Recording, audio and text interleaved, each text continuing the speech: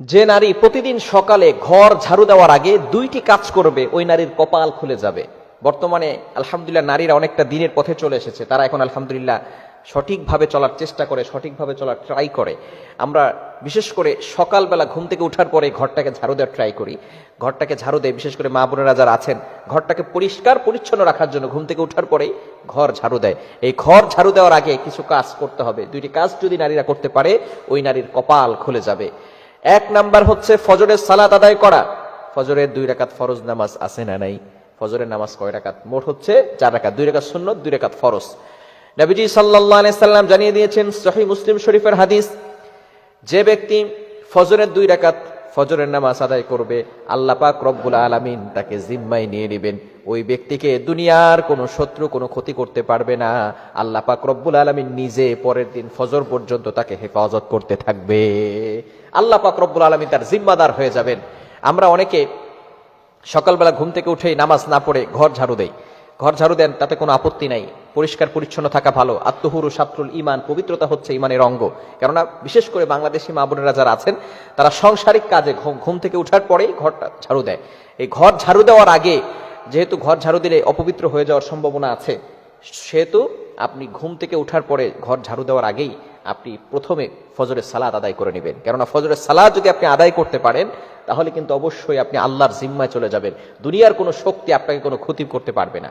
অনেক সময় মেয়েদের বিয়ে বন্ধ হয়ে যায়, এরকম হয় কি হয় না? বিয়ে হচ্ছে না, সবাই আসতেছে বারবার, কিন্তু কোনো কাজ হচ্ছে না, বিয়ে বন্ধ হয়ে যাচ্ছে। কি যে হচ্ছে কোনো কুলকিনারা খুঁজে পাওয়া যায় না। বিভিন্ন সময় ব্ল্যাক ম্যাজিক করা হয়ে থাকে।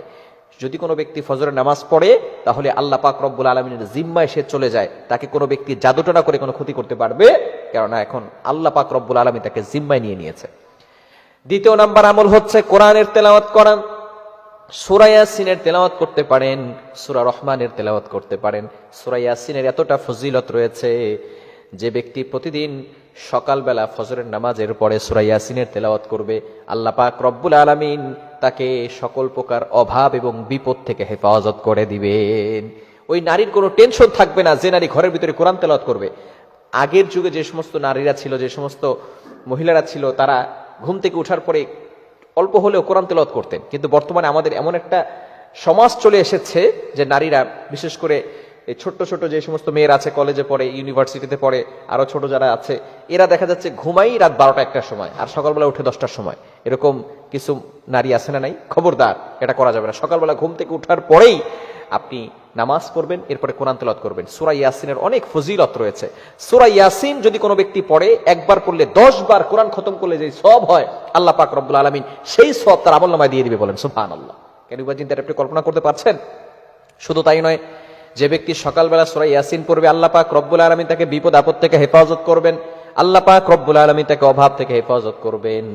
আমরা বর্তমানে রিজিকের জন্য টেনশন করতেছি, দুশ্চিন্তা আল্লাহ পাক রব্বুল আলামিন দূর করে দিবেন, টেনশন দূর করে দিবেন। ফার্স্ট্রেটেড পিপল যে সমস্ত নারীরা আছে, ভালো করে শুনেন, ফজরের নামাজের পরে আপনি সূরা ইয়াসিনের তেলাওয়াত করেন, আল্লাহ পাক রব্বুল আলামিন দুশ্চিন্তা মুক্ত করে দিবেন। দুশ্চিন্তা আপনার থাকবে না, টেনশন থাকবে না, অভাব আপনার জীবনে থাকবে না। আল্লাহ পাক রব্বুল আলামিন বিপদ আপদ থেকে, প্রটেক্ট ফ্রম অল অ্যাক্সিডেন্ট, সকল বিপদ আপদ থেকে হেফাজত করবেন। এজন্য অবশ্যই আমরা ঘুম থেকে উঠার পরে, আবার অনেক সময় দেখা যাচ্ছে ঘুম থেকে উঠতে উঠতে একটু লেট হয়ে যায়, এটা যদি প্রতিদিন হয় তাহলে কিন্তু গুনাহ হবে। যদি মাঝে মধ্যে হয়, এই ধরেন মাসের ভিতরে অথবা বছরের ভিতরে একবার হলো আপনি ঘুম থেকে উঠতে পারেন নাই, তো এই ক্ষেত্রে আপনি প্রথমেই নামাজ পড়ে নেবেন, ওযু করে নামাজ পড়ে নেবেন। অনেকে মনে করে যেহেতু আমি নামাজ পড়তে পারি নাই, তো আমি একসাথে জোহরের নামাজ পড়ে ফেলি। না, এটা করবেন না। আপনি ওই সময় আপনি ওযু করে নামাজ পড়ে নেবেন, একটু কোরআন তেলাওয়াত করে নেবেন, তাহলে আল্লাহ পাক রব্বুল আলামিন আপনার দুশ্চিন্তা দূর করে দিবেন এবং আপনার কপাল খুলে যাবে। আল্লাহ পাক রব্বুল আলামিন আমাদের সকলকে এটা বোঝার তৌফিক দান করেন।